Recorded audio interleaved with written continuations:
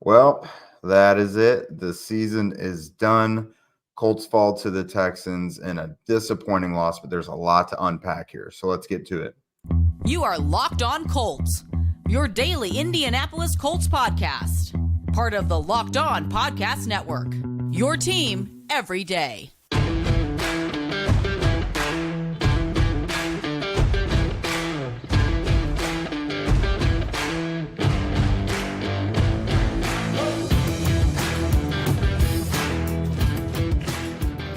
What's up, fellow sad boys? It is Jake and Zach. Thanks for tuning in and making us your first post-game listen of the day. This is your daily podcast covering your Indianapolis Colts, part of the Locked On Podcast Network, your team every day.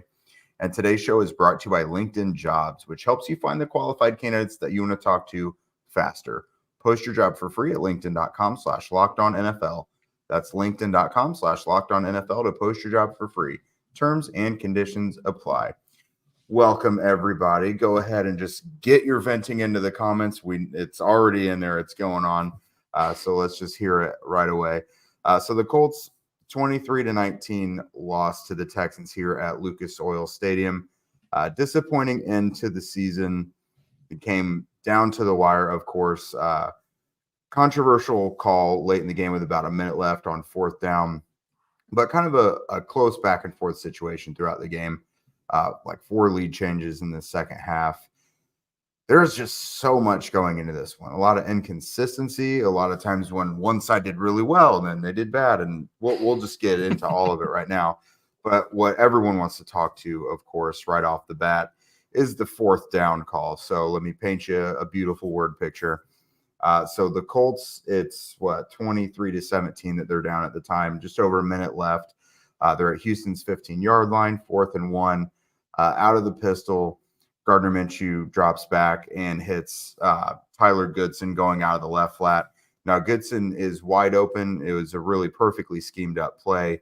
Minshew, Goodson, I believe, was looking to the outside. Minshew throws him inside. So kind of turns Goodson around a little bit. Hits him in his hands, should have caught it, but dropped it. 4th and 1, kaput. That's it. Now, Zach, as always, is going to kind of talk some of us off the ledge and give us a little more context and tell us why this whole thing kind of broke down how it did.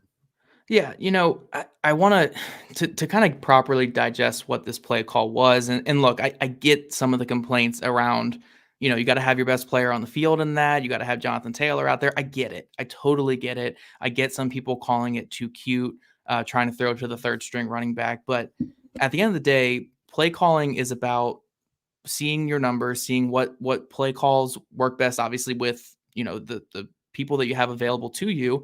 And you're going to base it off of what looks you're getting in practice all week, what looks you're getting on film, and what you were kind of doing in the pregame to get ready for this type of game. So obviously all week when the Colts are getting ready for situations like this, 3rd and 1, 4th and 1s, if they're seeing these type of looks from the Texans on film, they are designing plays like this to work. And I'm sure throughout the whole week, we could probably get some more insight from Shane Steichen this week on it. But if you're calling that play for Tyler Goodson, it's because you're repping Tyler Goodson in practice all week. And if you're not repping him as the first guy in there, then there's a reason why you don't have the first guy out there. It's probably because he can't get to the desired landmark that you need him to get to. And I'm referring to Jonathan Taylor here. Jonathan Taylor was running great all game long, was carrying the ball on that final drive to kill clock and not get the ball back to CJ Stroud if the Colts were going to score a touchdown. But look, he wasn't moving like Jonathan Taylor on that final drive. We can all sit here and say, like, yes, he should have been out there. And I get it. Again, I get it. But the ankle was clearly not right. You guys could see, he was ducking out of bounds the 2 plays before that to avoid hits. Come on. He wasn't Jonathan Taylor on that. So you get to the 4th down. The Colts take the timeout, which I guess people are upset about as well. Again, the ball wasn't if the ball was going back to the Texans at all, the game was over. CJ Stroud was not going to give the ball back to the Colts. The Colts were playing that drive as the final drive of the game. So the Colts take the timeout because they're seeing what coverage the Texans are in. They see that they're going to be lined up in man across the board, and they're going to bring a blitz up the middle. So they know that running up the middle is probably not the best call against that kind of defense. Maybe you just trust your best player, but I get it. I get calling a play that's been working for you, a play that you have designed for the situation. and they called the play to beat it. I mean, they came out right after that. They threw it into the flat to Tyler Goodson. And I get it. Again, I get it. It's a practice squad guy, but at the end of the day, it's a professional football player. A professional quarterback throwing it to a professional football player, and they just didn't make the play. The scheme was right. The play call was right. The guy was open, and they just didn't get it done. I mean, it's just as simple as that. At the end of the day, look, you can rely on the run game for 200 yards, in a game. It's great. It's awesome. But at the end of the day, you're not winning football games in the modern NFL without asking your quarterback to make any kind of play. That's what it was. Gardner Minshew had to make one play. Tyler Goodson had to make this one play that they probably repped all week in practice, and they just didn't get it done. So, I mean, it was a good call, mesh rail. I mean, wide open running back against man coverage. The linebacker covering him had to come across the formation, and he was late to the flat. At the end of the day, it's a play that needs to be made. And again, you can blame that on coaching. You can blame that on players, whatever it is. But that's what happened on that final play. The look was there. The guy was open. Quarterback has to make the throw. Player needs to catch the ball. I get it. Look, I get it. Jonathan Taylor should have been on the field and because he was their bell cow all day. But is it changed the conversation if Taylor gets tackled for a 3-yard loss? Do we all feel better about the final play? Like, this is what I just like about results-based analysis, where, look, the process was good. You throw it to the wide open guy in the flat. Usually that works, usually that's working. They got the look they wanted. They threw it to the open guy. Unfortunately, it just didn't convert there. So look, I get it. I get the complaints. It's an emotional time.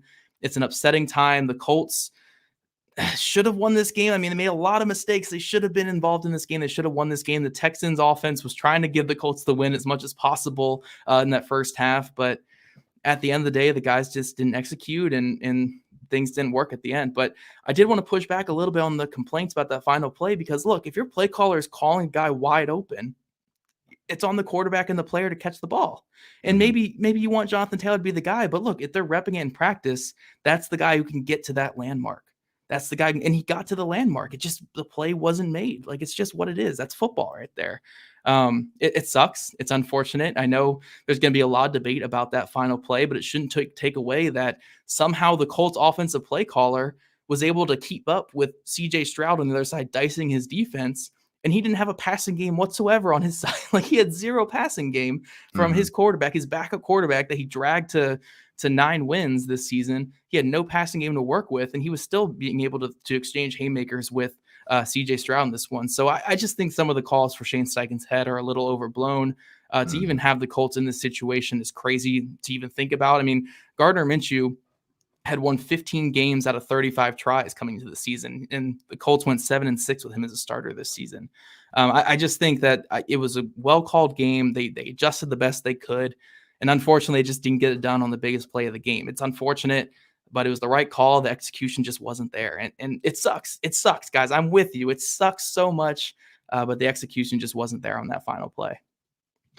Yeah, and all of that, it kind of leads me to feel, I don't know how I feel about the play. Like, I'll be honest, I'm uncomfortable with, in the biggest moment, you're going to a guy who'd basically been a practice squad player and who hadn't even really been playing. Like you said, it'd been drawn up in practice. So like it wasn't the first time he'd ever done it, but like he hadn't really been playing in this game. Like, he's basically coming in cold off the sideline. So I'm uncomfortable with that.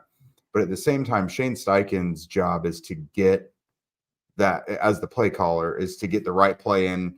And that part of it worked. Like you mentioned, it's just up to execution and the players. Who's getting to the landmark is my big, again, which of the running backs is getting to that landmark, is getting, like, where Goodson dropped it, he was at the first down line.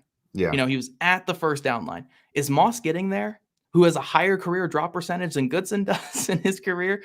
Is Taylor getting there without his ankle? Like, probably not. Like, it's tough. Maybe you put Josh Downs in the backfield for that play, but then they know a pass is coming for sure, and they're bailing out. Like, it sucks. At the end of the day, he called the right play. A guy was wide open.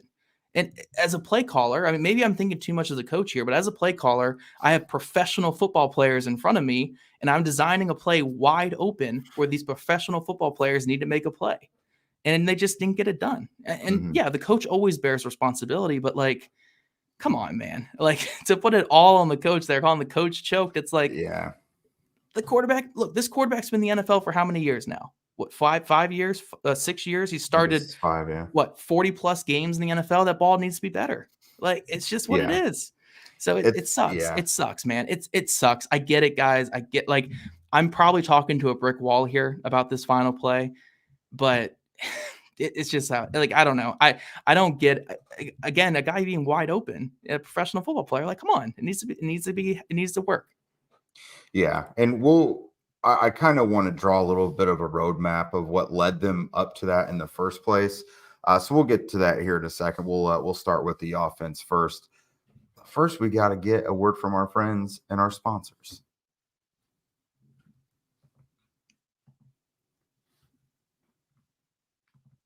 At the start of the new year, every small business owner is asking themselves the same question. What's the one move I can make that'll take my business to the next level in 2024? And LinkedIn Jobs knows that your success all depends on the team that you surround yourself with. That's why they have created the tools that help find the right professionals for your team faster and for free. LinkedIn isn't just another job board either. They have a vast network of more than 1 billion professionals, which makes it the best place to hire. And honestly, hiring is a lot easier when you have that many qualified candidates. So easy, in fact, that 86% of small businesses get a qualified candidate within 24 hours. It's also why small businesses rate LinkedIn Jobs #1 in delivering quality hires against the leading competitors. LinkedIn also knows that small businesses are wearing so many hats, and they just might not have time to do all of the time and the resources to actually make all the hiring. So thankfully, with LinkedIn, the process is intuitive, quick, and easy. Post your job for free at linkedin.com/LockedOnNFL. That's linkedin.com/LockedOnNFL to post your job for free. Terms and conditions apply. Alrighty, guys, we are back with our offense segment, talking about this Colts offense in this game, and what a wild ride it was for this Colts offense, because we came into this game expecting, okay, the Texans have this great run defense. It's going to be tough to run on this team, but hopefully Minshew can complete just enough passes to get it going. And unfortunately, again, I don't want to speak too poorly about Gardner Minshew, because it's a position he never should have been in. You know, starting this many games for the Colts, being the guy in this situation.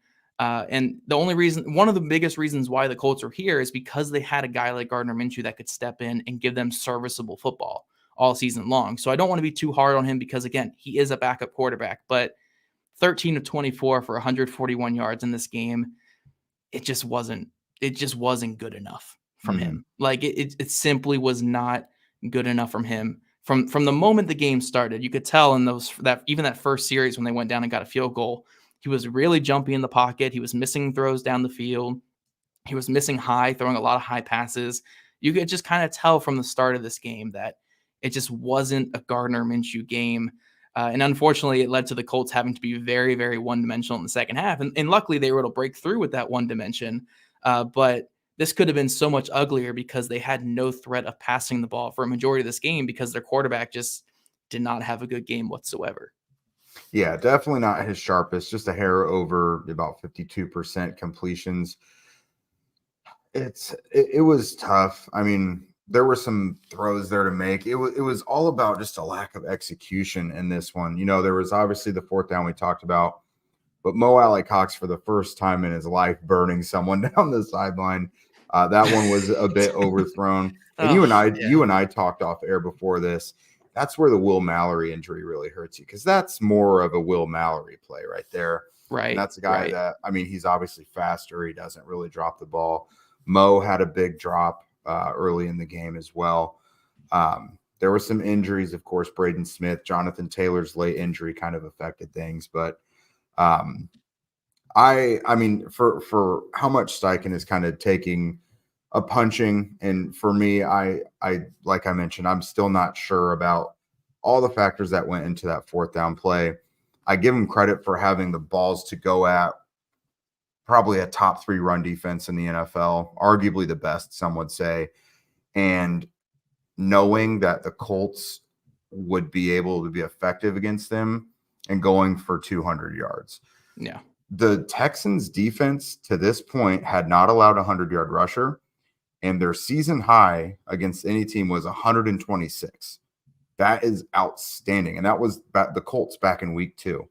They'd only allowed 100 yards to a whole offense 6 times coming into this. Shane Steichen knew there was something there on tape that they could, hat on hat as well. You got to trust your blockers, but he knew the Colts would be able to have success. And that's why they ran it so much. Unfortunately, they didn't get efficiency from the quarterback position in the passing game to counter that whatsoever. But the run game was working. Again, Jonathan Taylor went nuts, like 180 yards or something like that, and then 200 yards as a team. He had 188. So they got a vintage Jonathan Taylor performance. So they actually schemed this game up pretty well. Yeah, and the thing is, too, when it comes to the NFL, like, if you're ever one-dimensional, it typically does not work at all. No. And it got to the point in the second half where Shane Steichen realized to come back in this game, he can't really throw the ball, which is a horrible recipe to come back. I mean, they were down 14-3 at one point, 14-6 at halftime. They were able to tie it up at 14 because the running game was working. The run design was immaculate in this game. So many traps, so many whams, so many split zone runs, a lot of inside zone that was working too. Jonathan Taylor looked like vintage Jonathan Taylor until that ankle injury late in the fourth quarter. And honestly, I mean, the Texans knew the run was coming, and they simply could not stop it when Braden Smith was in the game. They could not stop it whatsoever. The second Braden Smith went down, it kind of got a little rough there late in the game. And I think that was one of the biggest game-changing moments was, look, Braden Smith was toughing it out through the entire game. I thought he was having the best game of his entire career. I thought this was top tier right tackle play that we were seeing, and Braden Smith was driving dudes off the ball in the passing game. Nobody could get around him. I mean, Braden Smith was playing some elite all-pro caliber football in this game. Him going down and replacing it with a 4th-round rookie who'd struggle all season long, it kind of killed the running game, and it kind of killed some other aspects of the offense. But for the Colts to be able to come back in a game where, look, everyone on the field knew what play was coming, They knew a run play was coming because the Colts could not throw the ball. They knew it was Taylor up the middle or Zach Moss up the middle. They knew that those plays were coming on like every single call, but the Colts were still able to come back in this game and make it a competitive and close football game just from running the ball. Again, this is modern football. Running backs don't matter and stuff like that. That's literally what we talk about with the NFL. So for them to come all the way back in this game against a top 3 run defense in football by only running the ball because they couldn't throw the ball, it just speaks to this offensive coaching staff. And again, I know we want to complain about them because we love players and we hate coaches. So it's easy to complain about coaches, but I don't know how many other staffs are still competing in this football game without the ability to throw the football. Again, you're going against CJ Stroud. Like, CJ Stroud's a really good quarterback. You're not staying in a game with him unless you find some way to score points. And if you can't throw the ball, how are you scoring points? Well, the Colts are able to run the ball like no other team would run the ball in the Texans. So I really give credit to the Colts offensive staff for somehow making that adjustment to running the ball so effectively that they were still able to keep pace in a game against CJ Stroud. Yeah, and obviously really not much of a passing game, 141 yards, but there were a few catches that I could really appreciate in this one. Michael Pittman Jr. had a tough one, the one where he got popped right after he held on, drew an unnecessary roughness call. That dude deserves a nice Mexican vacation now that the season is over. Like, he has gotten painted all over this field all year. So that was a really good one. Kylan Granson had a nice chunk play that he had to go low for. And then Josh Downs creating some yak on that big one for 20, whatever, how many yards it was. But that was a big play that was mostly created by his legs after the catch. So there wasn't much in the passing game in this one, but those 3 guys all made really big plays to convert first down. So on a game where it's not a lucrative passing game, there are those big conversions in there that help the Colts be so close in the end.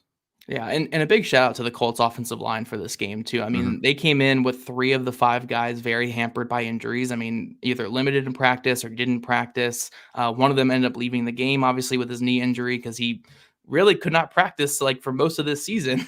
And he was trying to tough it out, but eventually got too bad. But despite all the injuries that they had on that offensive line, still protected Gardner Minshew extremely well. They still were dominant in the run game. I'm very excited to see these 5 offensive linemen come back next year as the starters for the Colts because they've earned it. They played some great football this year.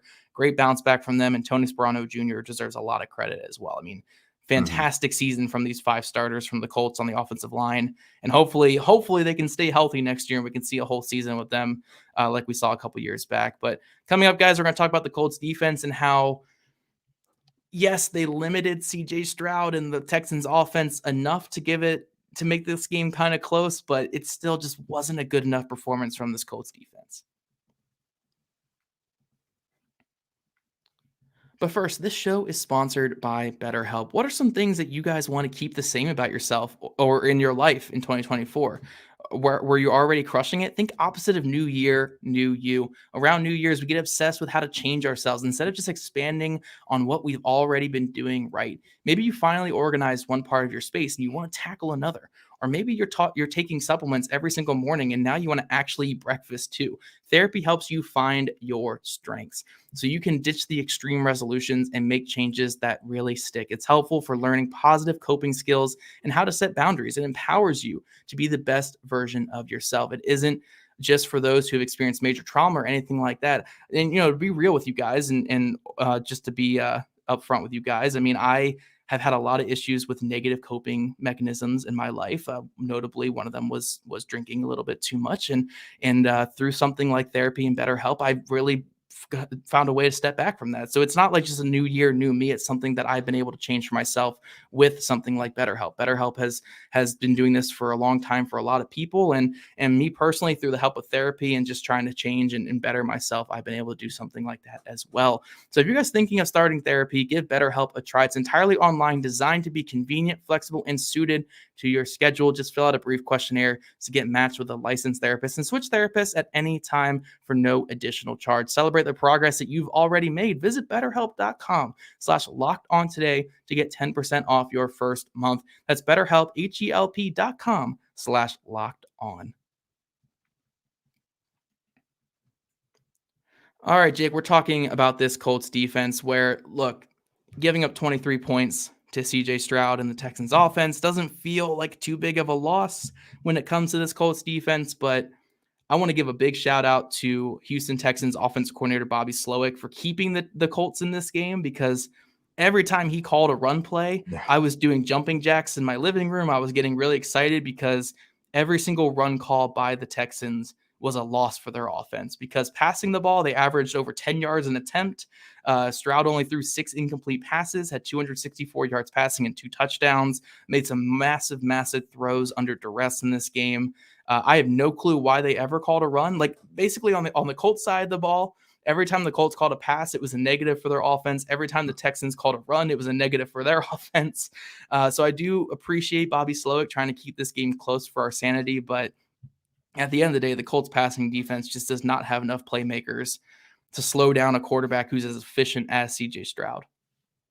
Yeah, it's being able to watch Stroud play with a kind of a bird's eye view here. Like, you just really get an appreciation for how insane this dude has. He could be so good. I mean, I don't know how the Colts allowed Nico Collins to go off for almost 200 yards, knowing he was their only receiver in this game. Because I mean, he averaged over 20 yards per catch against him in week 2. He did it again in this one. He literally did it from their first play until like the end of the game. Like, I don't know how there wasn't better coverage against him. Like, you can bracket guys. You could do things to try and take them away. But yeah, Stroud and him have just a really, really good connection. And we've talked about this like with Trevor Lawrence before. When your defense is facing a guy that everything is just going right for them, like, all you can do is just hope to be in the right spot and like get pressure and things like that. The pressure really wasn't good enough. There were times where they made him move around and get uncomfortable, but they just did for an offense that has allowed as much pressure as Houston has for Stroud. The Colts should have done a better job up front, and that really hurt them in the passing game. Juju Brents, obviously, anytime he gets hurt, that is a big negative. Yes, he got absolutely burned on the first play of the game, but not having him throughout a game is a problem. Yeah. The constant communication breakdowns by the safeties, or like safeties and corners not understanding who's supposed to take over in certain areas. That has become a really big problem. It showed up again today. The 2 touchdowns seemed to be communication issues. Yep. So that part was really frustrating to me. But in the first half, the defense, because of the Texans running the ball, I mean, they did their part to shut down the run game, and they helped keep the game alive. The Colts offense just couldn't do their part in the first half, and then everything gets switched around. It's just, what can you do? Yeah, I don't want to talk too much on Gus Bradley on this episode because I feel like we definitely need to devote we need to devote an entire episode to talking about Gus Bradley going forward with the Colts and what we think about him and his job security and the job he did this season. But to only kind of speak on this game, it's such a tough matchup for your team against a quarterback of this caliber. And look, I'm not saying CJ Stroud is a top 2 or 3 quarterback. Like, this is not Josh Allen or Pat Mahomes or that kind of quarterback, but top 10 quarterback, even as a rookie, that's extremely poised and extremely talented quarterback. When you're looking at this Colts secondary with how young they are and how many communication issues they have, which again, it goes back to coaching as well. I don't know how you win against that when you're like, I'm not even trying to make excuses. Like, it's just when you're looking at the guys out there, Darrell Baker Jr., Jalen Jones, like guys who should not be on the football field. They're great stories. Like, you love them, but like, because they lost that many guys, they lost, Juju Brents early in this game. They lost Dallas Flowers early in the season and stuff like that. These are just guys who should not be out there. And then you look at safety, one of their only reliable safeties or reliable secondary players they had all year, Julian Blackmon, was not out there. So the coverage busts are just just so many coverage busts happening. It's just tough. Like, I don't, to a degree, I don't know what Gus Bradley could do with this unit back there, outside of just sit back and hope that you can force field goals or hope that you could force turnovers, because CJ Stroud's a really, really talented quarterback. And they saw every time they called a pass, he was doing some really, really good things in this game. But it was tough, man. It's tough. We've seen this all year long with this defense where they just don't have that playmaker. Like, DeForest Buckner is a great player, fantastic player. But ever since we lost Shaquille Leonard to all of his injuries, the Colts just haven't had that. They just have not had that playmaker. And at the end of the day, you need playmakers on your defense. I mean, look at all the best defenses in football this year. They have playmakers on that side of the ball. Even the Texans on the other side of the ball tonight, they had Derek Stingley Jr., who made that great play on Mo Cox and made some other good plays in today's game as well. Like, you need that difference maker, especially in the secondary. And the Colts don't have that right now. I mean, Kenny Moore can only do so much from the slot. So it's tough, man. It's tough. Like, I just didn't know. I don't know what the right solution was for this game, for this defense. Do you want to blitz more with the max protect and Nico Collins on an island with any of these corners? Is probably digging your own grave there.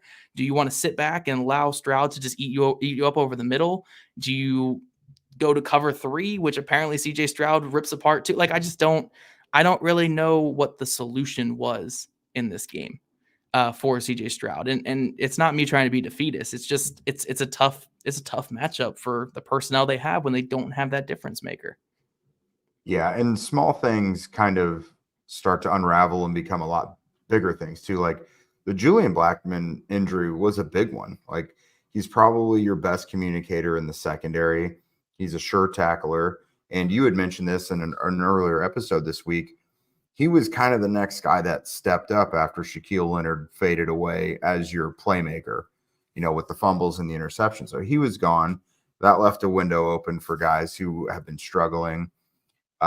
Someone in the comments mentioned the tackling has been really bad in the second half as well. When you lose a Juju Brents and you replace him with a Darrell Baker, the tackling there is night and day.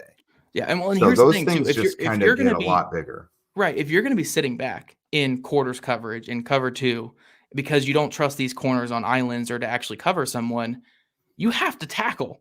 You have to tackle. That is the most important aspect of sitting in this prevent, softer defense is tackling.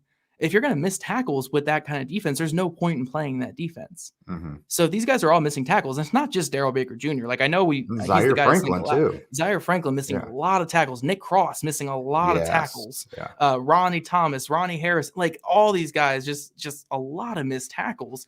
And again, I don't know what you do with this defense if prevent's the only way you don't get beat deep, but then they can't come up and make tackles.